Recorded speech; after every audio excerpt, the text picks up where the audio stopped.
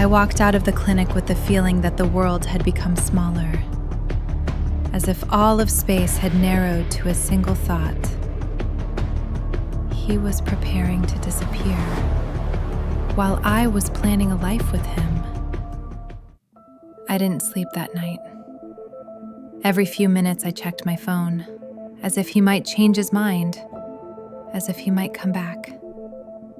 There were no messages. And for the first time, a question appeared, one that truly terrified me.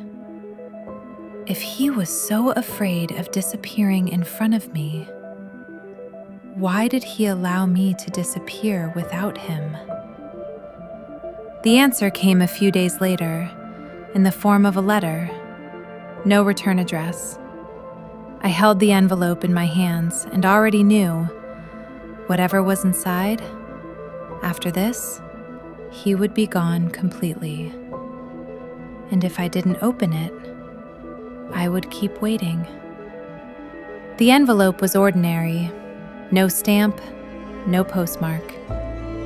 As if it had been left somewhere between "you can still believe" and "it's already too late." I held it for a long time. My fingers were shaking, not from fear, from understanding. This was the last thing of him that still existed in the present tense. I opened the envelope. Inside was a single sheet of paper, folded in half. I recognized the handwriting immediately, even before I read the name. Emma, if you're reading this letter, it means I did the thing I was most afraid of. I disappeared from your life. I know how it looks, like betrayal, like cowardice. Maybe it is. But there are things more terrifying than leaving. I stopped because I suddenly understood. He didn't write this in a hurry. He wrote it slowly. On the days we had breakfast together, laughed, planned vacations.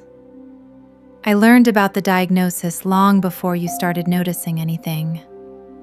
At first, I thought I could handle it, that it was just a word on a medical report, that we would get through this together.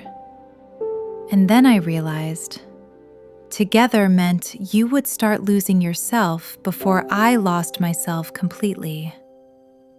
I felt my chest tighten, not from pain, from clarity. You know how to stay, to take on someone else's weight and call it love. I don't want to be your weight. I want to remain a person for you, not a process. There was no pity in those words, only fear and a decision. I left the medical report on purpose. I needed you to know the truth, but not before I left. If you had known earlier, you wouldn't have let me go. And I wouldn't have been able to watch you say goodbye to me every single day. I closed my eyes. He knew me too well. Please don't look for me in a place where I won't be myself anymore. Don't come. Don't watch. Don't remember me like that. Remember me as the person who laughed with you in the kitchen, argued about the color of the couch, and left the hallway light on because he was afraid of the dark. I smiled through my tears. This is not your fault, and not your choice. This is the only way I knew how to protect you, and the only way I could. If you think I simply disappeared, know this. I stayed with you for as long as I was able. A signature, a date, one day before he didn't come back. I sat on the floor, pressing the letter to my chest, and suddenly understood. He didn't leave in silence. He simply couldn't bear the sound a life makes when it breaks. When you truly love. I didn't look for him. Not because I didn't want to, but because he asked me not to. Sometimes it feels like he disappeared. And sometimes, like I did. The version of me who believed that love should always win.